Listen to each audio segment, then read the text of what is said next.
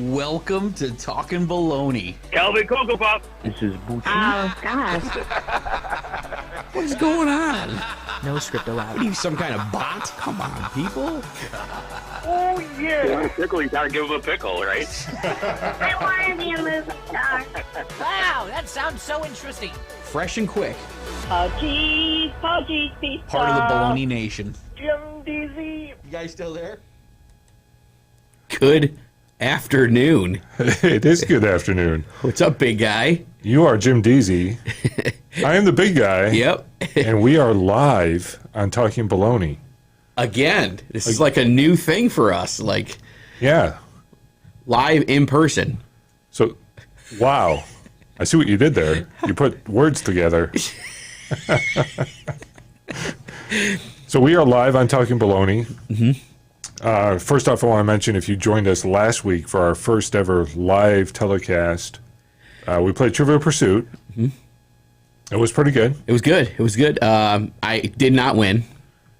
I might have won. Yeah. But also your microphone wasn't working. I was unaware. Yeah. So we could kind of hear you, but it wasn't the best audio, so I apologize for that. You got to shake the rust off. Yeah. What are you going to do, really? Yeah. And let's be honest. We don't really care. So we're back with a new show this week. We're doing 1985. Yes. 1985, the year in movies. Ooh. Now, when I say 1985 movies, what's the first one that comes to mind? I'm gonna take a guess. I'm gonna say Howard the Duck. That's the first one that comes to mind? Well, I was going there too, but I was gonna stay with Howard the Duck. But I was gonna jump out the window and go Back to the Future. That would be a good guess. Yeah. So what we're going to do is we're going to count down the top grossing movies. We did this for Val Kilmer. Yeah. Let's give some order to the proceedings. Yeah. I mean, and this should be a little bit more exciting than Val Kilmer. Yeah, I got the impression Val Kilmer wasn't as popular as I thought he was. Well, he is to Ant-Man. Yeah. He's very popular to Ant-Man. Matter of fact, Ant-Man has visions of him when he's sleeping. Yeah, but we're not getting into that today. Yes. Instead, we're talking top box office 1985, starting with number one, Back to the Future, 190 million. 1.1 gigawatts. So just another quick thing about this. This is the money that they made during the actual year 1985. Oh, so it's probably worth quadruple that now. Yeah, and I think it made over 200 million total. But, oh, man. So Back to the Future, what do you think? Great movie. Iconic. Everything from the puffer vest to the flying skateboard to the, You love the puffer vest. I love the puffer vest. Favorite movie of yours? Or where's it rank? I'm going to put it right up in there in my top 25 of all time. All right. Because it's a franchise. Actually, I put it in my top 10 franchises of all time. Okay, so you separate franchises? Yeah. All right. But definitely top 25 movie of all time. Because, I mean, who doesn't love Back to the Future? Who doesn't love Michael J. Fox? Right. And if you're talking about the 1980s, Yeah. Michael J. Fox is huge. Yeah. He was on TV. Or on the networks. He was in the movies. He was doing Back to the Future, Teen Wolf, Secret of My Success. He did it all. And do you remember seeing Back to the Future in the theater, or when was the first time you saw it? I don't know. Did we see this at the Heights Theater? I don't know. I remember seeing it in the theater. I don't remember too much about it beyond that. I'm thinking we either saw this in the Heights Theater or we saw this in the Elmira 123. I think that's where we saw it. Yeah, 1, 2, 3, I think. Yeah. And it's now knocked down. It's a parking lot. It's a nice parking lot. Very nice parking lot. Really nice straight yellow lines. That's really nice. Very nice. Yeah, it's all Elmira is famous for, is parking lots. It's one of the best in Elmira, too. Yeah. We should do a list of the best Elmira parking lots. So touristy, too. Because you always have a place to park. You just have nowhere to go. Oh, yeah. Plenty of parking available. That should be downtown Elmira's motto. Yeah, plenty of parking. Just sit in your car and enjoy the parking spot. Getting back to the Future. I was going to say, that movie, if you didn't see it in 1985, there's a good chance you saw it in 87, 88, 89, or the next 100 years because it's always on TV. Yeah. Yeah. And they do Back to the Future nights on like a lot of like Paramount Movie and a lot of those different movie stations, the freebie ones. They'll go 1, 2, 3 right in a row. Oh, yeah. Remember USA Network used to show all those movies, Back to the Future. Yeah. I think it was on Thanksgiving or Christmas. It was like a tradition. Hey, you know, it's got a lot of history in the movie too. I mean, think about the movie just going back and forth. I mean, the DeLorean, the food processors, all the different things, all the things that everybody wanted in their house they couldn't have. Okay. Yeah. How about the number 2 movie? Any guesses? No. Good. It's Beverly Hills Cop. I completely forgot about Eddie Murphy. Beverly Hills Cop made 157 during the calendar year 1985. Man, another franchise movie. Another franchise. And a start of a franchise. Yeah. Good movie. Nick Nolte. Eddie Murphy. No, it's not Nick Nolte. He doesn't come in until like the second one, right? No, that's 48 hours. All right, damn it. Yeah, there you go. No, this is Judge Reinhold, right? Yes. We'll look at the picture again. And that other guy. Oh, he's the guy from like Trading Places. No, not Trading Places. There was another movie where he trades like bodies with his son or something. With Fred Savage, I believe. Yeah. Yeah. Yeah. Eddie Murphy was a huge star. You remember how big he was in the 80s? Yeah. He's kind of fallen off now. Yeah. I think Coming to America 2 was going to be his big comeback, but I don't think that really worked. I will tell you, I saw that, and it was not good. Yeah. Yeah. But it had Arsenio Hall in it, so I was happy. It didn't work for me. But yeah, Beverly Hills Cop was it was the movie back then. Had a great soundtrack too. Huge soundtrack. Yeah. Had Harold Faltermeyer. Mm-hmm. Do you know the name? Yes, I do. He actually did the lead score for Top Gun. And he did Beverly Hills Cop, and he did Fletch. Yeah. And he had that very keyboard-heavy 80s sound that, it's classic. If you really want to hear his music, get the Top Gun soundtrack. I was going to say Fletch, but we could argue about that all day.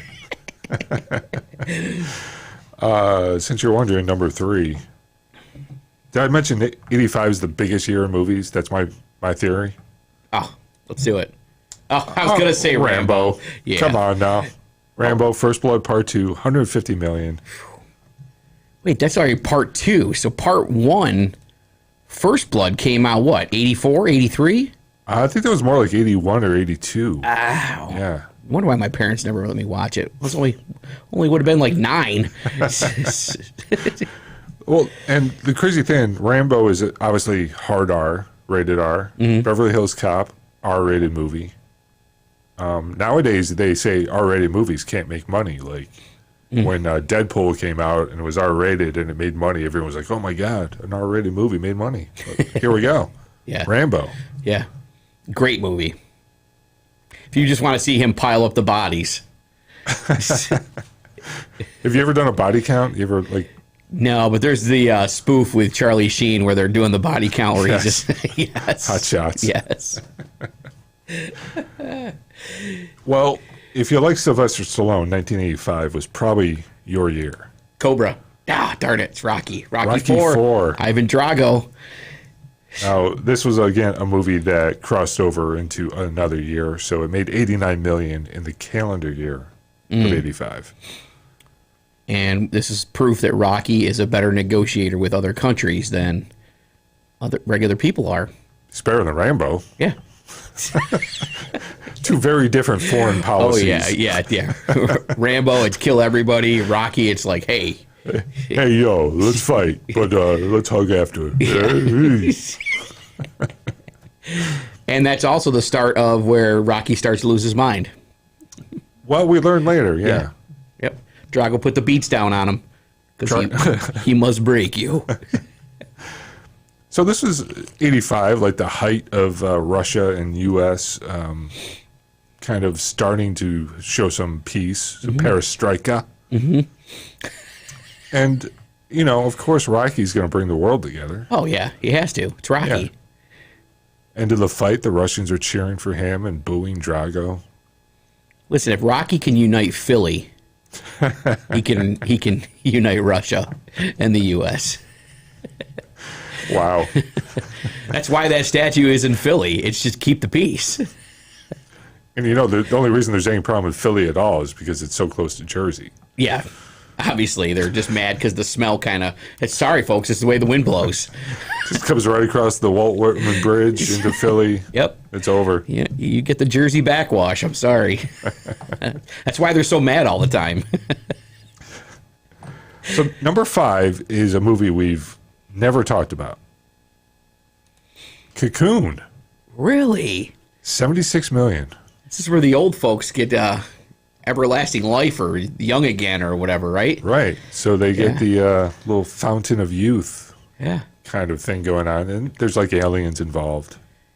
This is actually there's more than one of these Cocoon movies, isn't there?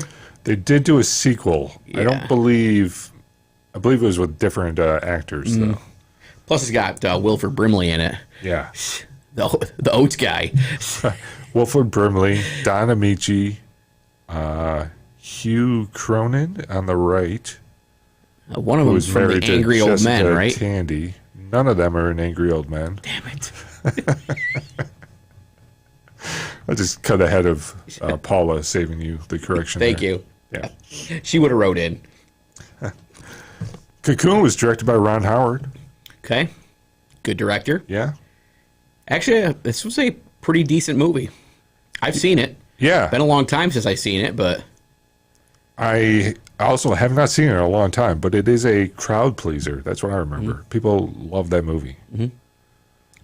The old folks win. Yes. Number 6.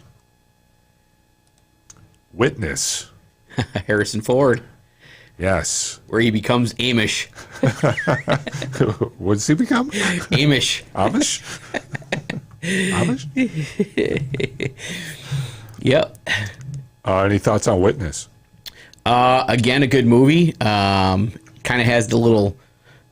he's protecting the kid, right? Yes. He witnesses the murder.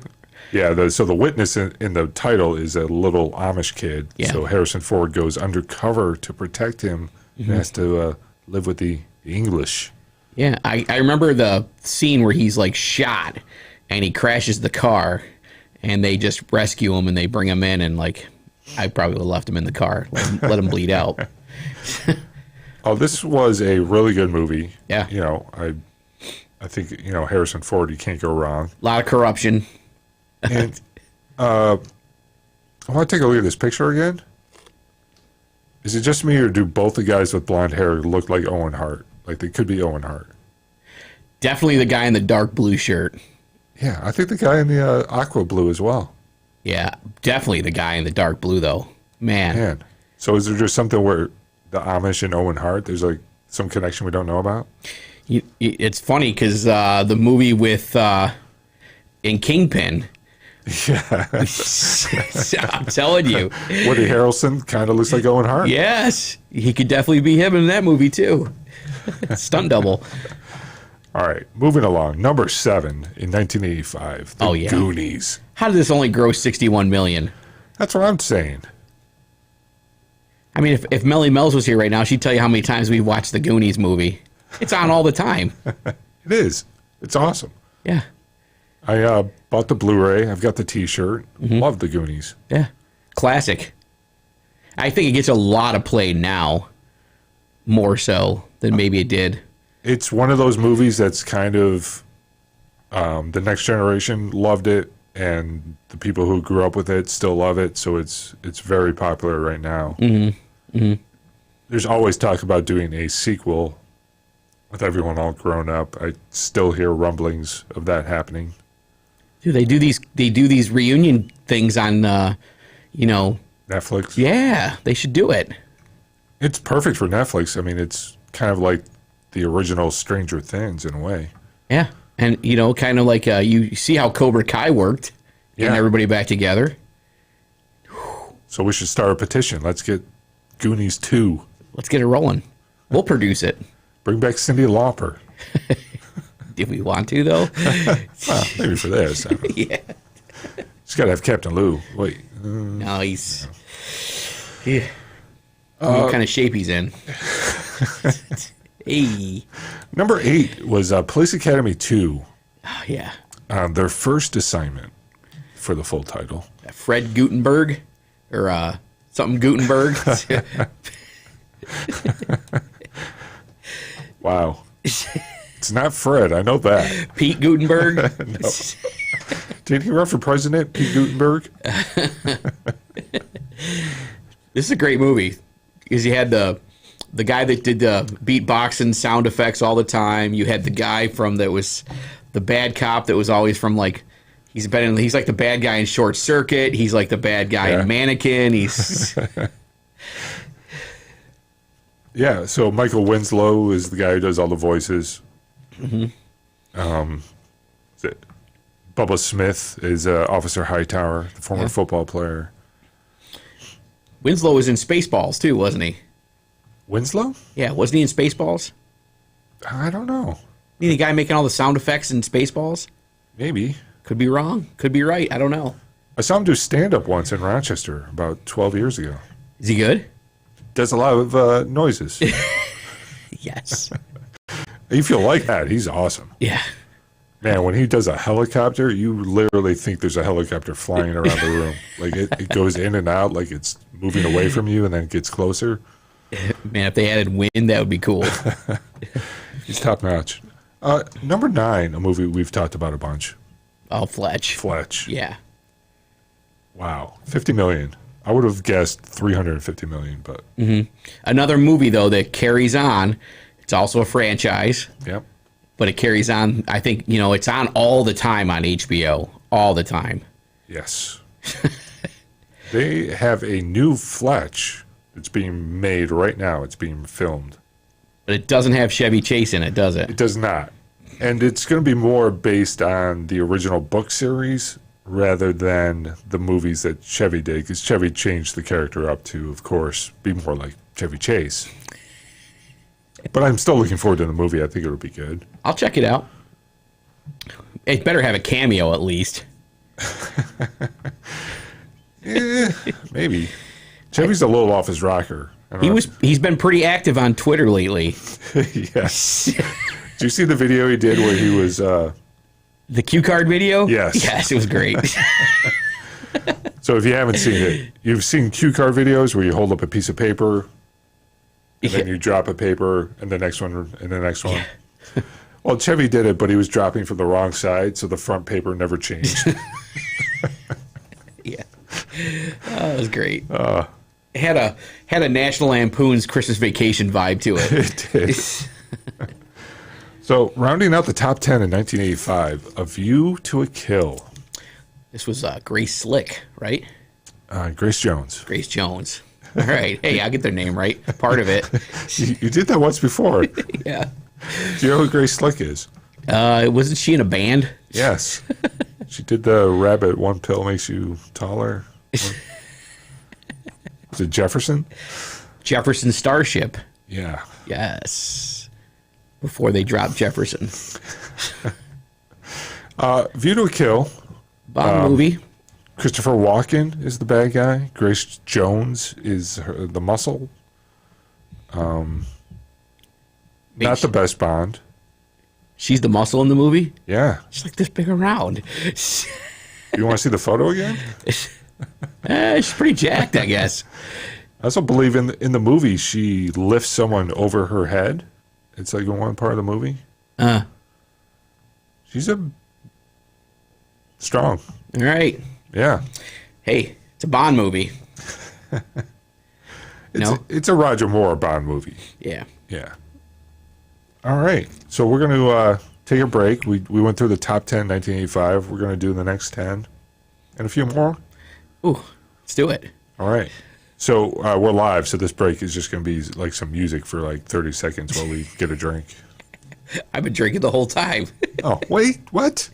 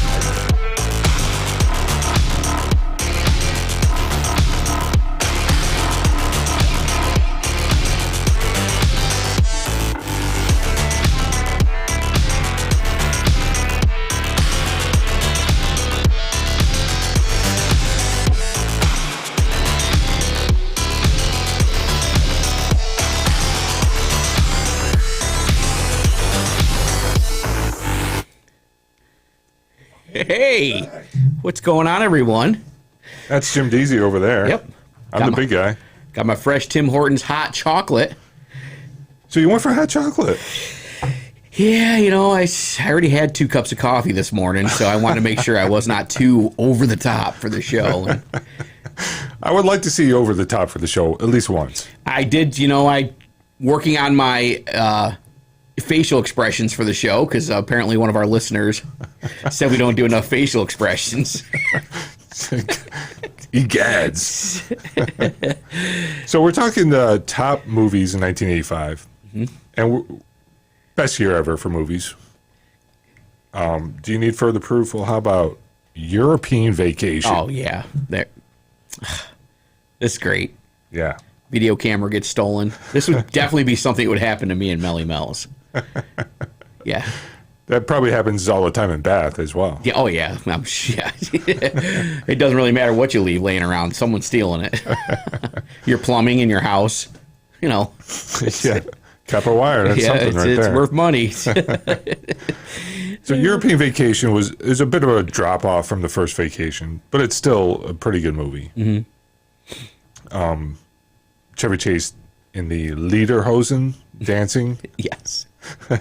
And what he thought was like the village like his family came from, and like these were all like his relatives, and it just turns into a fight and a chase. It's a great movie. It's funny. Yeah. It's one of those movies. It's buckle up for the ride. So that's the 11th movie in 85. That's our second Chevy Chase. We've had 2 Stallones. 85, brother. Will one of them appear again? Well, I was going to say this is where things get ugly, but that might not be politically correct. Mask is next.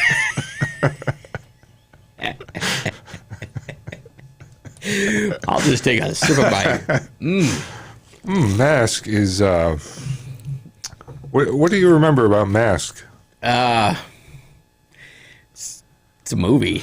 I didn't realize this would even be in our top 20 list. It's like, Yeah, you believe it made $45 million? was Cher in this? I believe Cher was in this. Yep. So that's Eric Stoltz as So the titular. she finally found someone. Hey. And that's a young Laura Dern, I believe, in the photo. You remember Laura Dern? Yeah. Huh. Interesting. So I think Mask is a movie, obviously I haven't seen it in a long time. I don't know if it holds up. No, because when you said Mask, I was thinking Man in the Iron Mask with Leonardo DiCaprio, but I knew that wasn't in 85. It's funny you went there, because when you type in Mask, the one you get back is the Jim Carrey one. Oh, yeah. Yeah, so I question whether it's politically correct. That movie, it just being 1985, I'm guessing that's probably not something that would fly these days. Yeah, I have to agree. How about the movie I think we said, like, kind of signifies the 80s better than most, Oh, The Breakfast Club. The Breakfast Club, 13th highest grossing movie of 85. The Brat Pack. Emilio Estevez. Let's see, Molly Ringwald. Judd Nelson, right? Yes. You got it. I can't remember the other two now. Ali Sheedy. And Anthony Michael Hall. Ali Sheedy's also in Short Circuit. And she and I think pretty much everyone on this list will be appearing again shortly. Because it is 85 and they are the Brat Pack? Yep. So I'm gonna guess the movie that they're gonna appear in again. All right, let's do it. St. Elmo's Fire. Yeah. What other movie did Anthony Michael Hall, though, do? He's in 16 Candles with Molly Ringwald, isn't he? Not in 85. No? Nope. Oh, he's in Weird Science. Yes. Well, number 14 is a movie we talked about a few weeks ago when the Westerns came up as a topic. Pale Rider. Ooh, it's a great movie. Great movie. Yeah. And again, 1985, full of surprises. I didn't realize that was an 85 movie until we did this. Another gem. Yeah. Lady's trying to hook up with Clint Eastwood in the movie, even though she's married to a man. And Clint Eastwood's like, hey. You know. He's a pal rider. He ain't got time for that. He ain't got time. He ain't got time. You ain't holding him down. This is the movie with the... he fights off some guys with an axe handle. Mm-hmm. Just classic. Yeah. I kind of think of this as almost a prequel to Unforgiven. His characters are kind of similar. Very close. Very close. All right, brother. 85 also had Pee-wee's Big Adventure. Oh, come on. Really? Is that a good really or a bad really? There's so many better movies. What? You're not a fan of Pee-wee's Big Adventure? I remember his show on TV that we used to watch all the time. The show wasn't that good. No. The show was for kids. Pee-wee's Big Adventure is an all-time classic. Is this the one where he's trying to find his bike? Yes. The red and white bike. And his neighbor is the rich kid played by the actor who was also in Teen Wolf as Chubb. And he's also in The Naked Gun as the guy who says, "That's Enrico Palazzo." What a career that guy had. Now that you said that, I remember who that guy is now. Yeah. He's been in a couple other movies, though, where he's kind of just an a-hole.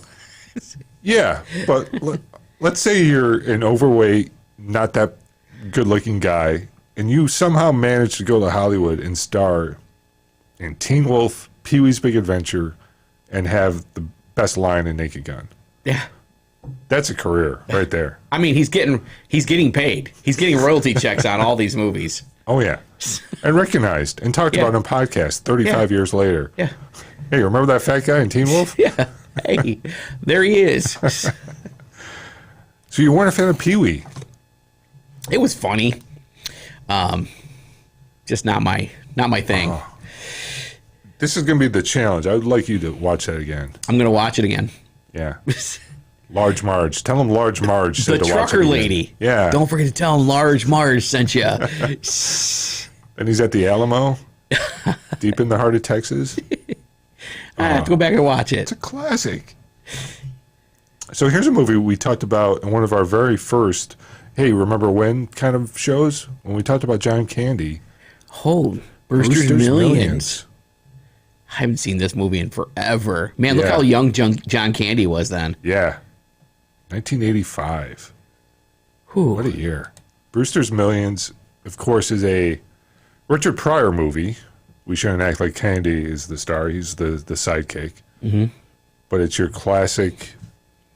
This was a remake of an older movie, but it's a storyline that's been done a million times where a guy has to, in order to inherit a huge sum of money, he has to spend a smaller but also huge sum of money. Mm-hmm. Richard Pryor never ages in any of his movies. You're right. From 1972 until 1990 or so, he's pretty much the exact same guy. Yeah, he never ages. I just saw a movie with him in the other day where he's a bad guy. They're blowing up things and killing people, and Richard Pryor is in it. And they're doing it in the name of good. They're doing it for the good. They're like killing off mob bosses, and they're killing off. There's like a whole bunch of them. And Richard Pryor's in it. I was surprised to see him in that movie. I don't know that movie. Yeah, I will have to get that movie title for you guys. You have to watch it. Yeah, I'd like to see that. That's interesting. A lot of stars in it too, but it's old. So like 70s? Probably late 70s. I'll have to check that out. Yeah. So next on the list is a bit of a cheat. It's E.T., but E.T. came out in 83, made $1 gazillion, and then they decided to re-release it in 85. And it made another 40 and was the number 17 movie in the year for a movie everyone had already seen. Jeez. That's how big a movie it is. That's just being greedy. Now, they've done this 2 more times. They've re-released it. They re-released a 3D version a few years ago, and then they re-released a 30th anniversary edition, too. Mm-hmm. Yeah. Greed. 729 million total at the box office. Still didn't make the billion Titanic made. No, it didn't. Or Avatar. Or any of the Avengers. Yeah. Or Fast and the Furious. How? Why? Yeah. Box office isn't what it used to be. I like these numbers. I like the movies come out, make their 40 million, and they're a hit. But there's stories behind these movies. There's like stories here. Yeah. I don't know. Any thoughts on the actual movie, E.T.? I think it's a good movie. I mean, it's one of those, iconic movies of all time. If you didn't see E.T., you're probably from another planet. I remember standing in line at the Arnott Mall to see E.T. Yeah.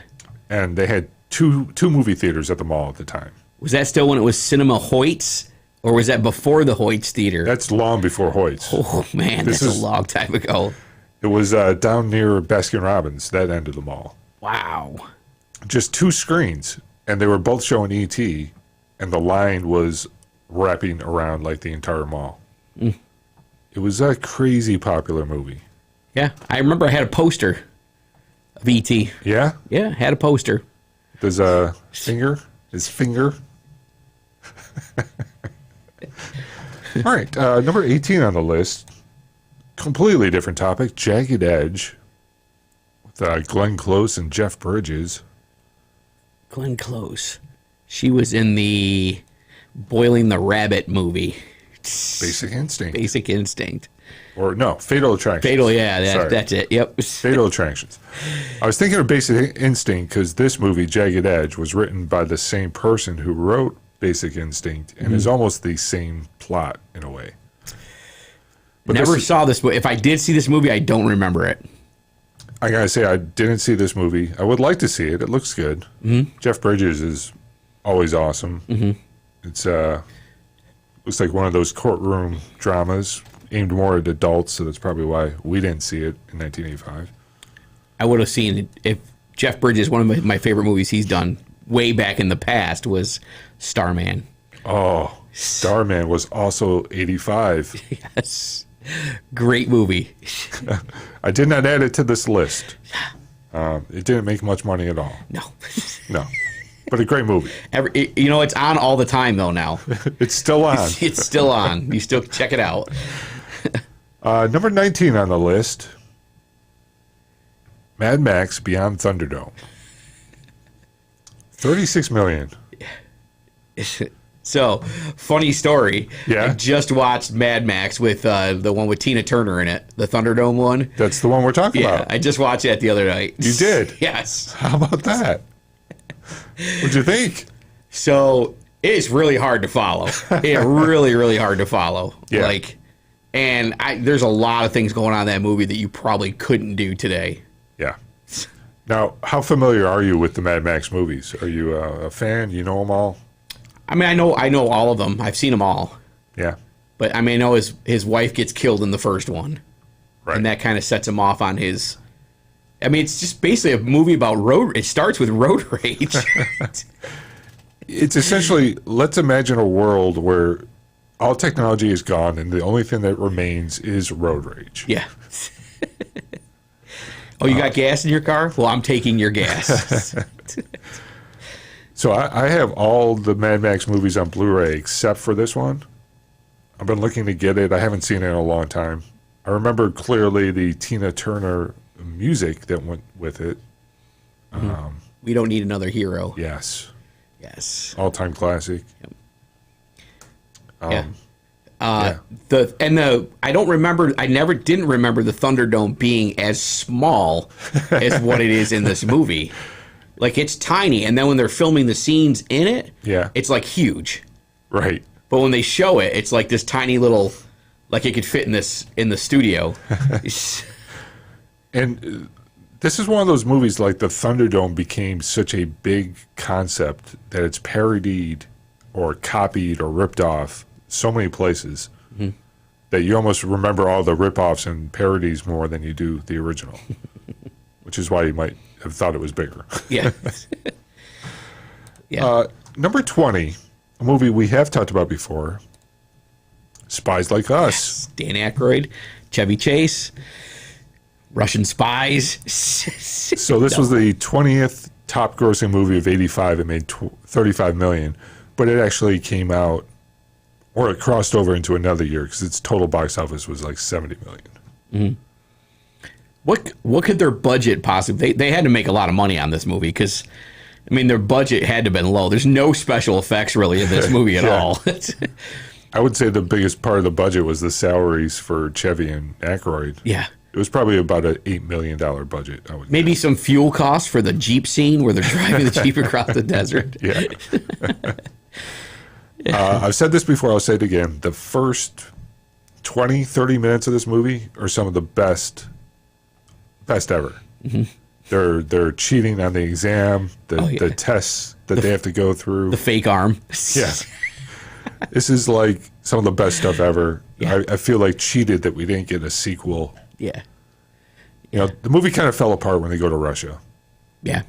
I compare it to Stripes, where Stripes was awesome, and then when they actually went on the mission, it kind of fell apart. Yeah. I like the scene right up until the tent scene where he's like, you know, I lost lost feeling in my hands. Yeah. You know, that's classic Chevy Chase. Yeah. But yeah, it kind of, when they get into the snow and the shooting and the... Yeah. Yeah. Yeah. Still a great movie. And another 1985. Good year. Like a fine wine. So now we're past the top 20. So we're going to highlight some movies from the rest of the top 100.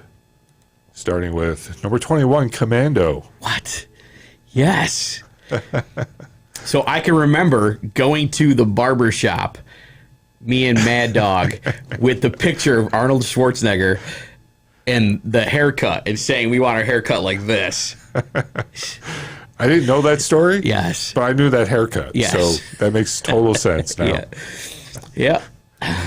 Butchman did it too, didn't he? We all three of us did it. We went through that Commando haircut phase. Is there a bigger reason to like a movie? I don't think so. No. It's like it really is like, it's like Rambo with Arnold. Oh, yeah.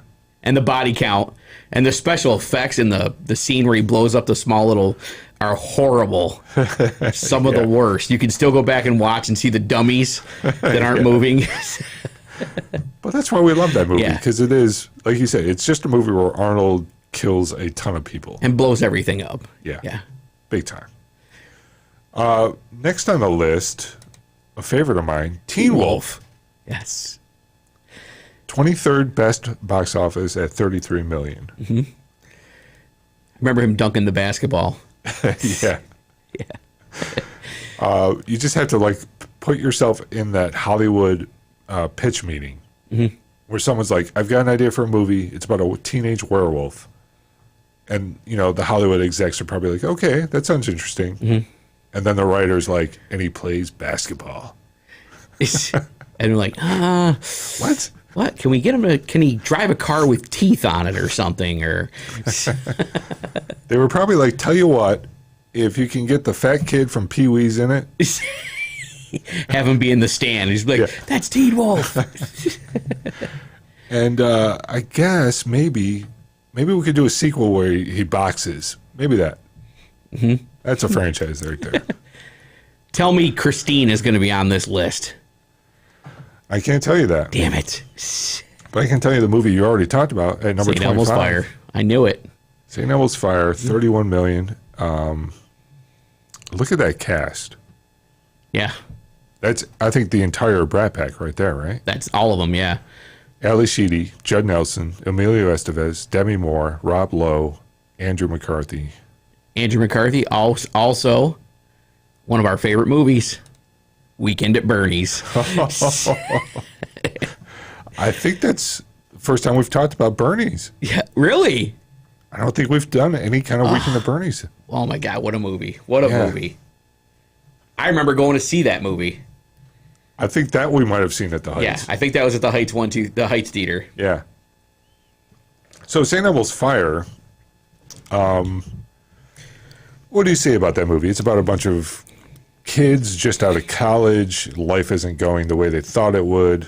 Some are having a hard time. Well, all of them are having a hard time. Yeah, they're all having weirdly specific hard times. Yeah, like one's none in of them love are with having their the same friend. kind of hard time. One's stalking a doctor. Yeah. Yeah, one's cheating on his fiance. Yeah, there's a lot going on. Yeah. One is selling all of her stuff. Demi Moore. I think it's a classic 80s movie. Mm-hmm. Like we mentioned with The Breakfast Club, it's kind of like one of those movies you instantly think of. Yeah. Of course, had a huge soundtrack. Oh, yeah. Yeah, huge soundtrack. John Parr. Yeah. Yeah, Man in Motion. Plus the instrumental. Oh, huge. Yeah.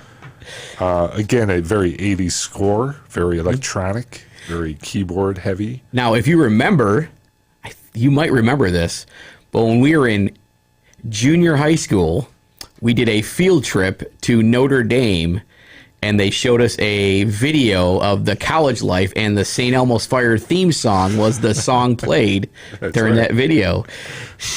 Yeah. I think a lot of colleges and prep school type places have benefited from that music over the years. Yep. Until Van Halen came out with Right Now, and then that just kind of overtook every video. Yeah. Pepsi Clear. Choice of the new generation. So next we're going to look at number 27 in 85 was Jewel of the Nile. It made $27 million.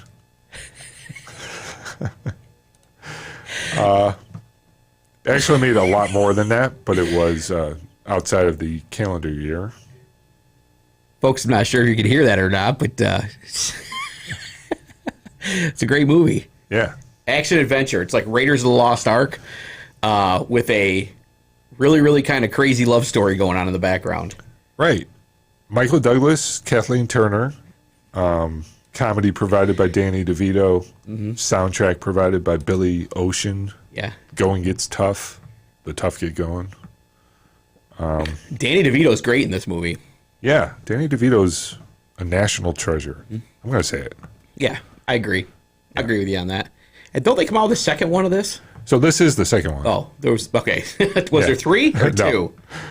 2. Okay. So Romancing the Stone came out first. That's right. This is the sequel. Disappointed compared to the first.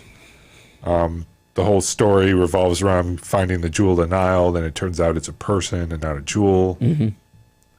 Not as good, but still a classic. Yeah.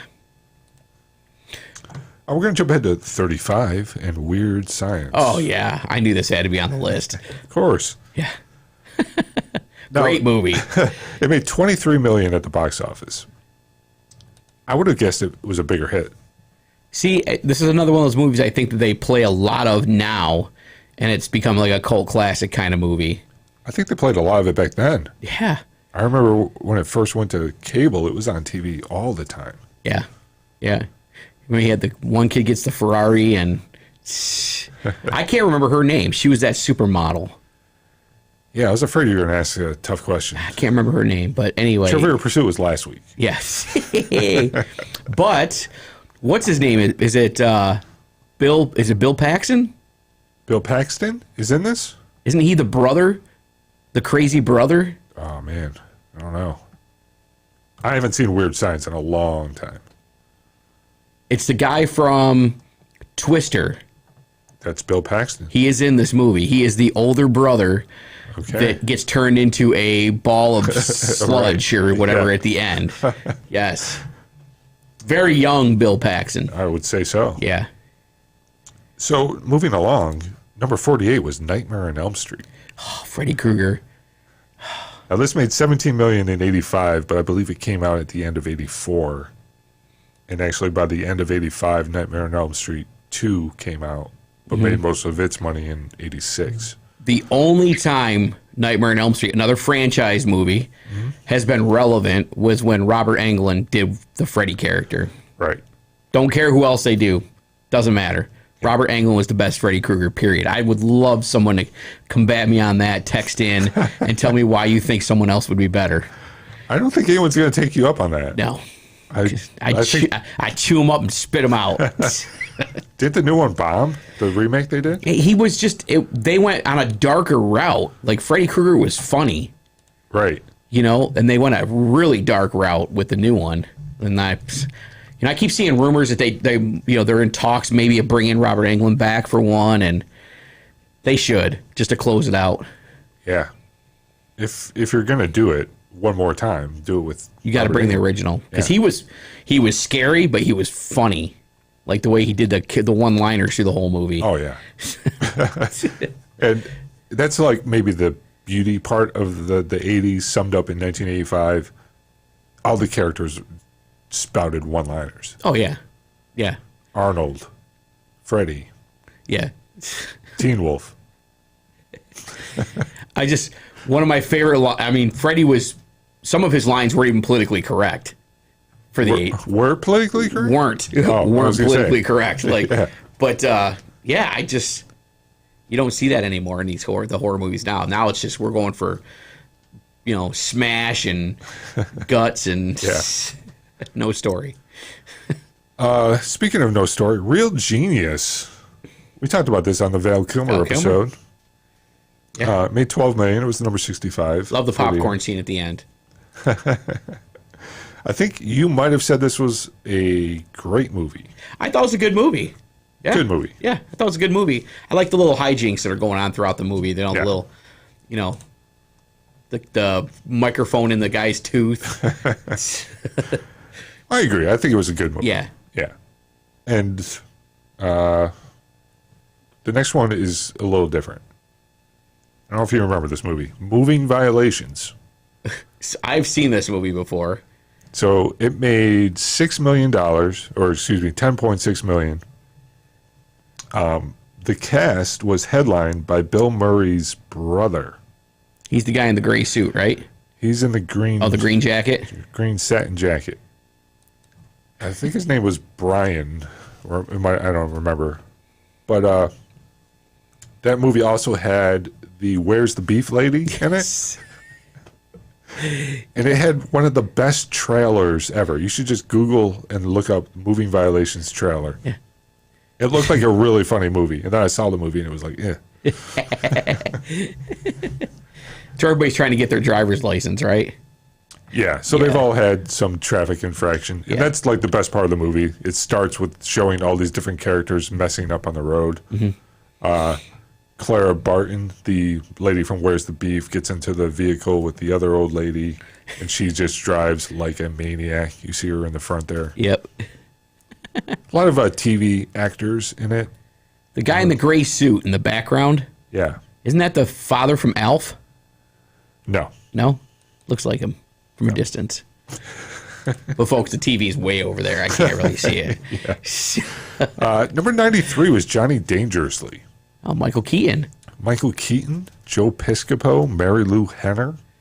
Ooh. This was also a movie that made some money outside of 85. So I think it grossed more like $27 million overall. Just imagine grossing $1 million, let alone all this other. Man. I know. We're really downplaying how big even $9 million is. Yeah. Man, $9 million then is probably $30 million now. That's a fair estimate, sure. Michael Keaton plays, so there's a brother combo. Mm-hmm. The one is a police officer, and then Johnny Dangerously is, of course, a criminal. And the brothers are chasing each other, and the mother doesn't realize that the son, played by Michael Keaton, is actually a gangster. And Joe Piscopo plays his rival gangster, seen here with the mustache. Good movie. Yeah. And the last one on our list, at number 100 for the year, The Man with One Red Shoe. Tom Hanks. Tom Hanks movie. Never saw this. You've never seen this one? No. Oh, this one used to be on TV all the time. I've seen Splash. Yeah. I thought that was his oldest one he did. No, he did a few before Really? this. Splash and Volunteers come to mind. Huh. So The Man with One Red Shoe, it was a remake of a very successful French movie. And the general idea is some spies are kind of playing games on each other. Mm-hmm. And so the one spy group decides to mess with the other spy group by making them think that this guy is a spy, and so they'll waste all their time following him around. And the guy they pick is the guy at the airport wearing one red shoe, who is, of course, Tom Hanks. So Tom Hanks gets his life upended, and he's being followed and investigated because they think he's a spy, and then actually he's just like some violinist who... But the funniest part of the movie, Jim Belushi plays his like friend who just keeps getting caught up in all this stuff and getting hurt, and he gets more and more injured as the movie goes along. He's kind of like O.J. Simpson in The Naked Gun. Yes. Love that character. So it's not a bad movie. Mm-hmm. If you're going to say top 100 movies of 85, I would definitely say it's 100. Okay. You know, nothing will ever top that scene in Naked Gun when they say, where did they find the body? And they show the chalk line floating in the water. Yeah. Yes. I love that. So that is our review of 1985. What do you think? 85 was a great year. It's Back to the Future, Rambo, Commando. Yeah, Fletch. Yeah, Spies Fletch. Like Us. Breakfast Club. St. Elmo's Fire. Man, think all that So money. many. All that money that was spent that year. Think of how many people that love movies now in their life because of the movies that happened in 1985. Think of the royalty checks that are being paid out for those movies because they all air on TV. Yes. Except for maybe Jagged Edge, but... Yeah. All right, so we're going to take another quick break, come back with Baloney Nation, and yes. wrap this baby up. Let's do it.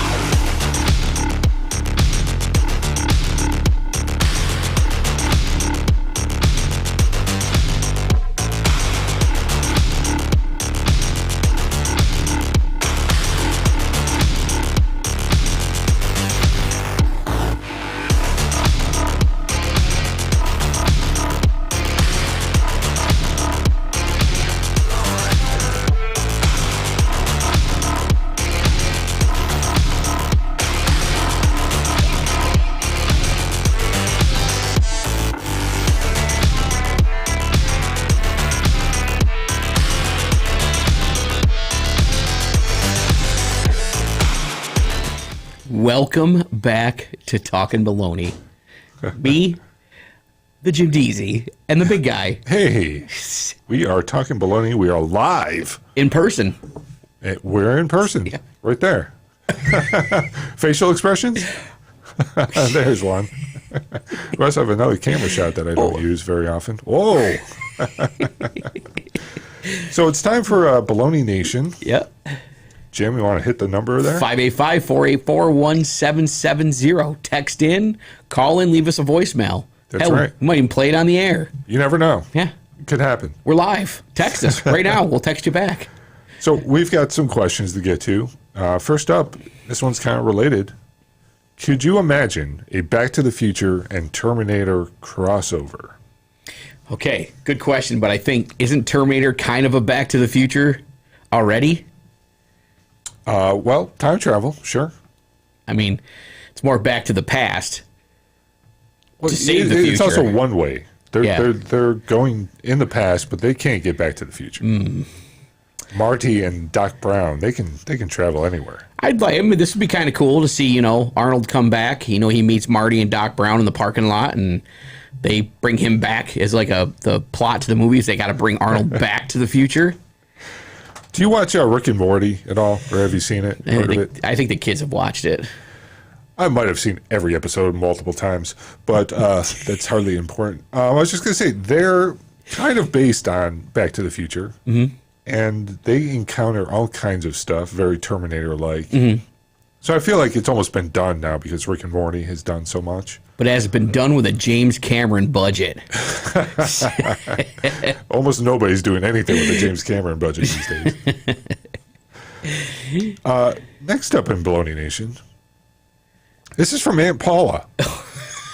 It says, no corrections this time, although I do have some, but wanted to say thank you to Jim Dizzy and Melly Mel's for my steak dinner. It was good. Sorry you weren't there, big guy, although Mel did most of the work. Smiley face emoticon. You just can't give it. You just can't say Jim Deezy. I kind of like Jim Dizzy, actually. I got your Jim Dizzy. You know what? It was funny. A funny story I said to her last night because I felt bad. We kind of dogged her. Well, I kind of dogged her pretty bad over the last couple weeks. For ratings, folks. It's for ratings. It's what we do. That was a facial expression for Aunt Paula. We made her this great big steak dinner. And she doesn't eat a lot. She eats like a bird. Yeah. And so we made this big steak, and I told her, I said, you got enough based on how she eats to last all month. Labor Day, it's a Labor Day weekend, so the mail service is probably slow. Yeah. I just wanted to point that out because obviously my invitation was in the mail for the steak dinner. Yeah. And I didn't get it yet, but I'm sure. You know what? The funny thing is there's an extra steak, too. That is funny. But, we were happy to have you, Paula, entertain you at our, $500 a plate dinner that we had. And moving on. Jim Deezy, this question's for you. Can you name all the Golden Girls, the full names of the actresses, and first and last names of their respective characters? No. I know Blanche. Wait a minute. Let me get my answers up here so I can go through this. Hold on. There was B. Arthur. Okay, so you're naming the actresses. You've got B. Arthur. What was her character name? She wasn't she? No, she wasn't Blanche, was she? I feel like I probably shouldn't help right away. That's about all I got. That's all you got? That's it. I like the show, but I don't remember who all of them are. All right. B. Arthur was the tall one. Oh, wait a minute. We got, what's her name? Betty White. Okay. She was Blanche. Oh? Damn it. Who's Blanche? Well, first off, there's another woman we've talked about a bunch of times because she was also in a Sylvester Stallone movie. Oh, yeah. The little short lady. Yes. That's her name, Little Short Lady. Yes. And then there was the one that was the woman about town. Blanche. That's Blanche. Yeah, but I can't remember her name. All right, so you've got Betty White is Rose Nyland. Yes. B. Arthur is Dorothy Zbornak. She's the tall one. She is the tall one. Yeah. She was also Maud, if you remember Maud. Yes. Rue McClanahan. Yes, that's it. Is Blanche Devereaux. Yep. And Estelle Getty. Estelle Getty. Damn it. Sophia Yes. Petrillo. Now, I've got some bonus questions because since I had to look up those names, I looked up other stuff. Do you know what happened in the last episode of Golden Girls? No. B. Arthur's character, Dorothy, married Leslie Nielsen. Really? And they moved away And then the show continued as the Golden Palace with the 3 other characters. How long did that stay on the air? 1 season. In that show, they ran a hotel What? called the Golden Palace, and their 2 employees were played by Don Cheadle and Cheech Marin. Get out. I have no memory of the show ever happening. It somehow ran for 24 episodes. What? Yeah. I never even heard of it. And B. Arthur came back for like a 2-parter, so it was basically the Golden Girls, another season. Huh. I'll have to watch. Can you watch this anywhere? I imagine it's probably streaming, maybe Peacock, maybe? I don't know. I'll have to check this out. I do have a Peacock subscription, and then I pay for no commercials too. Oh, big time. Oh yeah, I spent the. I opened the old checkbook for this one. Worth every penny, I'm sure. Oh no. All right, Jim Deezy. We just did a solid hour of hardcore entertainment for all our multitude of viewers listening live and watching live on YouTube. Yes. Yeah. I think we're gonna have to do a Tom Hanks show. That's a good idea. A full episode on Tom Hanks. A full episode on Tom Hanks. Yeah. Are you going to watch The Man with One Red Shoe? I'm going to try to watch it now. And I'm going to try to find this Golden Palace show. Yeah, that would be interesting. Because I almost want to watch it now. Another trivia since you brought it up. After Golden Palace was canceled, Estelle Getty's character of Sophia moved into a retirement community, which was the show Empty Nest, and she continued acting on that show in the same character. Damn. That's unbelievable. She was busy. She's like Frasier. She just kept going show to show. Well, Betty White started doing movies. She was in the Big Crocodile movie with Bill Pullman. Gator? Alligator? It was like, I can't remember. Oh, no, Lake Placid. Oh, yeah. That's Yes, she was the one feeding the gators. Yeah. Doesn't her dog get eaten? Her dog, she's trying to feed the dog to the gators, the cows, her husband, Yeah. So on that note, great show this week. Yeah. Thank you for those that did text in. You still can. Yeah, anytime. 585-484-1770. Anytime. 24/7. Yeah. Hit us up. Yeah. And if you're watching on YouTube, join us live next week. Yes. We'll be going live most likely most weekends. Yes. Stay hydrated, folks. Okay? It's good for you. As always. Helps your complexion. Take it easy. Jim Deezy. Hey, stay classy. Rochester?